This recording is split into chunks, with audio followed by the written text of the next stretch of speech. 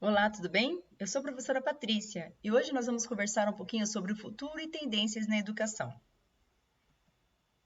A educação é a arma mais poderosa que você pode usar para mudar o mundo. Nelson Mandela. O futuro e tendência na educação. Para a educação do futuro, não basta traçar somente um caminho. Para conseguir percorrer esse caminho, é preciso conhecer, planejar, fazer parcerias e decidir coletivamente aonde se quer chegar. As mudanças propostas para o ensino exigem mudanças geralmente profundas, sobretudo das pessoas, dos paradigmas e historicamente já enraizados na sociedade. A educação do futuro e o futuro da educação. Como a educação está hoje?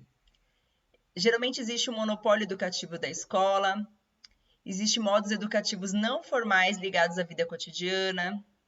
As instituições de educação não formal são os museus, as bibliotecas, as organizações de trabalho.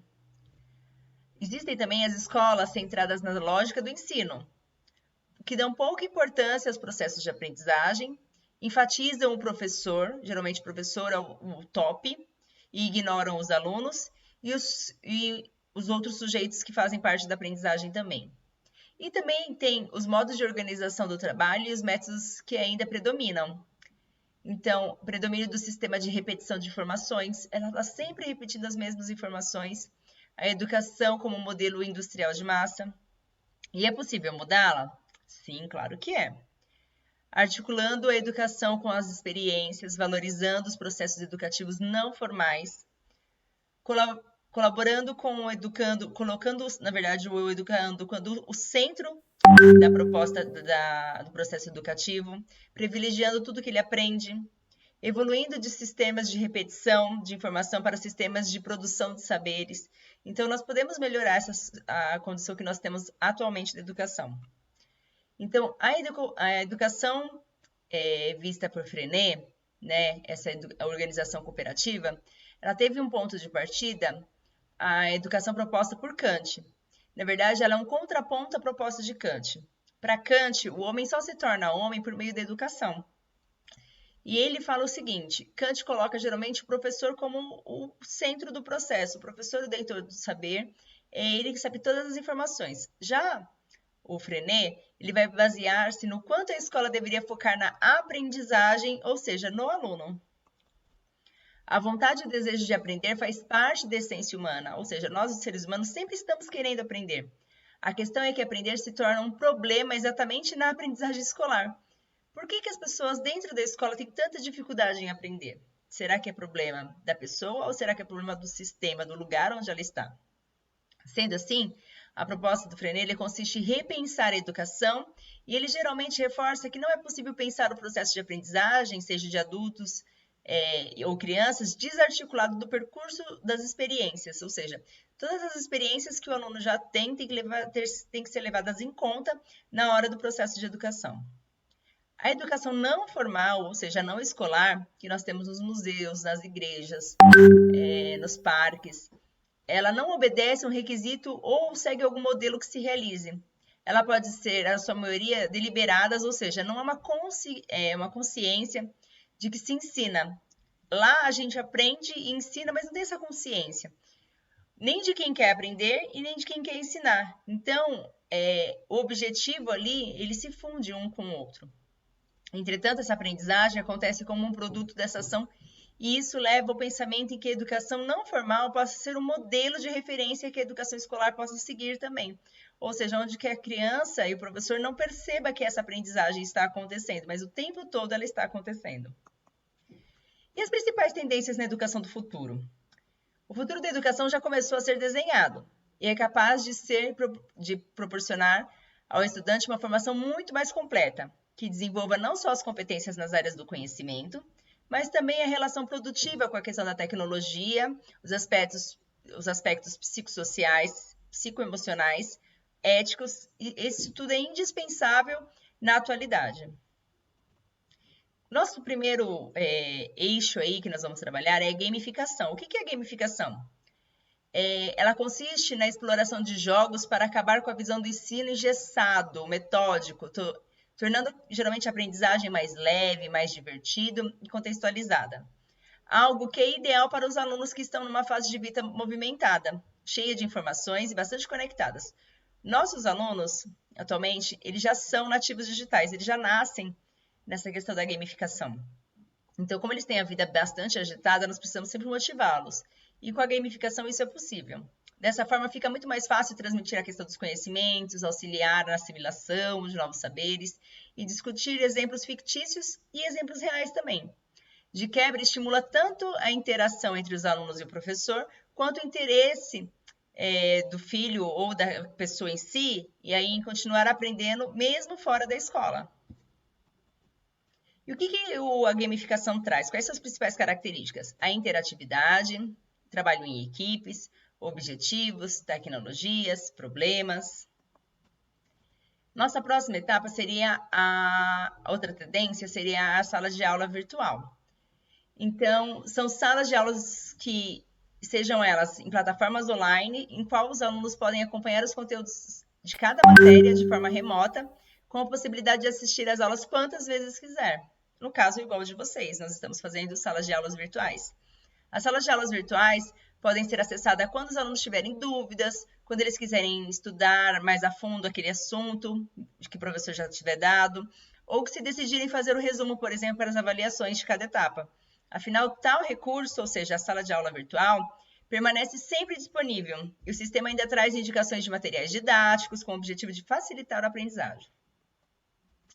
O próximo eixo é a tecnologia da robótica. No contexto escolar, ela contempla não só as aulas teóricas, mas ela auxilia também na questão dos conteúdos práticos. Além disso, ela permite que os alunos façam experimentos para testar os seus próprios conhecimentos e assim eles possam entender de forma dinâmica e interativa como as ciências são capazes de desenvolver produtos e aparatos eletrônicos que facilitam o nosso dia a dia. Vale mencionar também que as aulas com robótica ainda aguçam a questão da curiosidade, da imaginação, além de estimular aquela questão do interesse pela matéria de exatas, como matemática, física e química. E a inteligência artificial? A inteligência artificial na educação, ela busca aproximar os estudantes da atual realidade tecnológica disponível na sociedade. Isso permite não só a familiarização com o uso otimizado dos aparelhos, dos programas, do software, dos recursos digitais no estudo das diferentes áreas de conhecimento, mas ela também permite a compreensão do processo de criação, desenvolvimento e funcionamento de cada um desses aparatos. Além disso, é com acesso a esses equipamentos em sala de aula que o estudante tem como complementar o conteúdo dado pelo professor por meio de pesquisas, de visualização de materiais audiovisuais e também de experiências virtuais como a realidade aumentada. E a aprendizagem colaborativa? Ela envolve muito do que nós falamos sobre a questão da autonomia do estudante no ambiente educacional. Isso porque ele não quer ficar apenas sentado na carteira esperando o professor dar a matéria, de maneira expositiva. E no fim da aula ele passa o exercício. Ao contrário, o aluno ele é chamado a participar e se envolver intensamente com o conteúdo. Para que isso ocorra, são promovidos debates, reflexões, investigações, pesquisas, leituras em grupo e muitas outras atividades que permitem uma imersão desse estudante no assunto que está sendo trabalhado.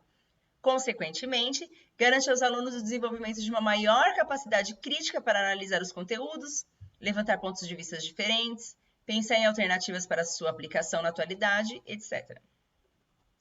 E como será a educação no futuro? Agora vocês vão ver um vídeo que vai falar sobre a questão da gamificação e da ludificação. Como que nós podemos trabalhar com ambos, usando as principais características, né, usufruindo disso, mas também pensando que os pontos positivos e negativos. Bom vídeo!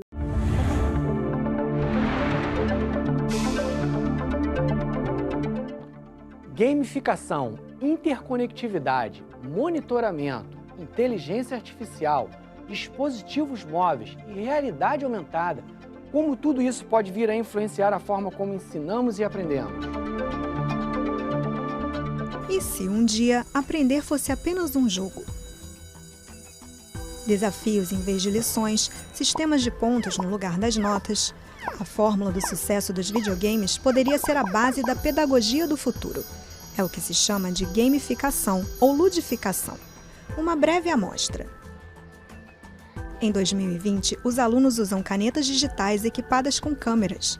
O trabalho é transmitido em tempo real para a tela do computador, ou podem ser usadas mesas com superfícies táteis. O nível de concentração é monitorado por um sistema de captura do movimento dos olhos. Se os professores ainda são responsáveis pela qualidade geral do ensino, a inteligência artificial é usada para adaptar as aulas às necessidades de cada aluno, resultando em um aprendizado direto e personalizado. Em 2030, a tecnologia é dominante dentro e fora da sala de aula. Os passeios culturais são enriquecidos por ferramentas contidas em pastas digitais. Em 2040, o ensino sofre uma mudança radical. Hologramas, estúdios virtuais e óculos de realidade aumentada se tornam a regra. O caminho para a interconectividade ajuda os alunos a se adaptar a um mundo em transformação. Você sabe a diferença entre gamificação e ludificação na educação? O ensino gamificado é aquele em que o aluno é inserido em um ambiente de regras fixas, com estímulos baseados em bonificações e competição. A competição pode ser feita com ele mesmo, e a bonificação pode ser dada para estimular a progressão. Antes de usar a gamificação no ensino, precisamos atentar para duas questões essenciais. Primeiro, precisamos perceber que, ao impor regras fixas, estamos indo em direção oposta ao ensino personalizado. Segundo, é preciso observar que ambientes competitivos não funcionam para todo tipo de aluno. Ou seja, o processo por gamificação deve ser uma alternativa e não uma generalização do ensino. A ludificação, por sua vez, é uma técnica que pode ou não ter uma relação com a gamificação. Pode ser feita com um jogo, mas também com brincadeiras ou brinquedos. Com a ludificação, buscamos explorar a capacidade de transformar conhecimentos abstratos em algo concreto, sem regras ou competição. Um bom exemplo da ludificação são as histórias infantis, como a de Chapeuzinho Vermelho e os Três Porquinhos. As duas colocam as crianças em situações de perigo. Também nesse vídeo, vimos a questão do monitoramento dos alunos. Essa tecnologia ainda muito delicada envolve não somente questões psicológicas, mas também privacidade do aluno. Aonde chegaremos com essa tecnologia? Ainda não sabemos, mas é fato que o monitoramento tem sido um dos principais focos da tecnologia. E muito em breve, não somente professores, como também médicos e pais irão monitorar tudo o que se vê, o que se fala e o que se sente. Finalmente, temos a questão da entrada de novos dispositivos tecnológicos. Aqui residem duas questões essenciais e de grande importância para o futuro da educação. Os celulares, que hoje são usados apenas para comunicação e entretenimento, vão rapidamente se transformar em sua principal fonte de pesquisa e compartilhamento. Veremos também a introdução da realidade virtual no ensino. Salas com equipamentos e sistemas avançados irão promover a imersão do aluno em ambientes com 100% de sua atenção. E nesse novo espaço, alunos e professores farão experimentos que seriam muito caros e até mesmo muito perigosos para uma escola.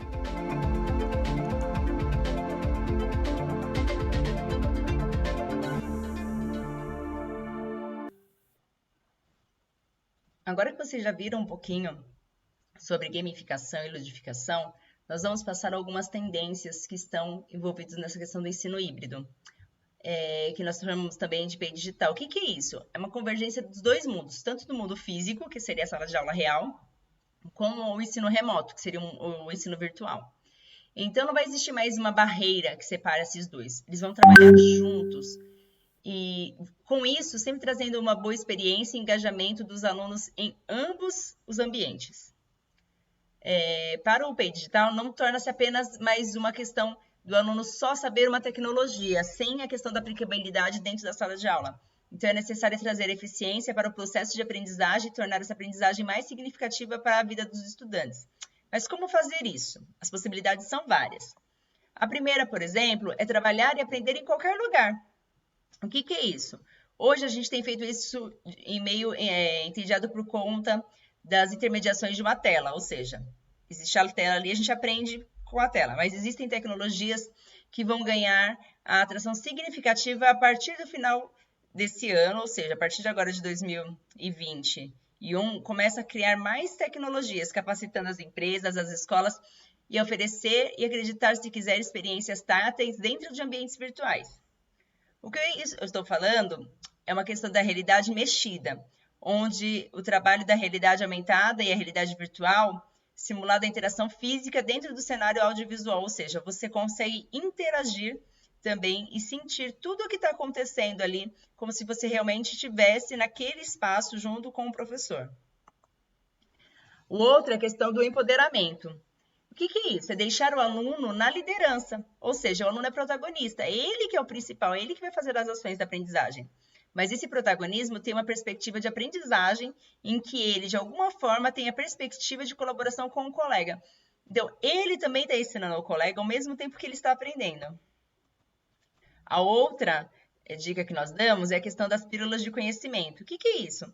É uma perspectiva de ilusão de conteúdos que não necessariamente são conteúdos padrões ali que estão na base curricular nacional comum, mas são matérias não sequenciadas que trazem a construção de uma trilha de formação de conhecimentos que são importantes e necessários para a questão da sociedade, da aprendizagem dentro da sociedade, e esses conteúdos são personalizados. Então, em alguns casos, as trilhas podem ser discutidas junto com os alunos, com as famílias, para ver o que é melhor para que o aluno aprenda, o que realmente é necessário que ele aprenda.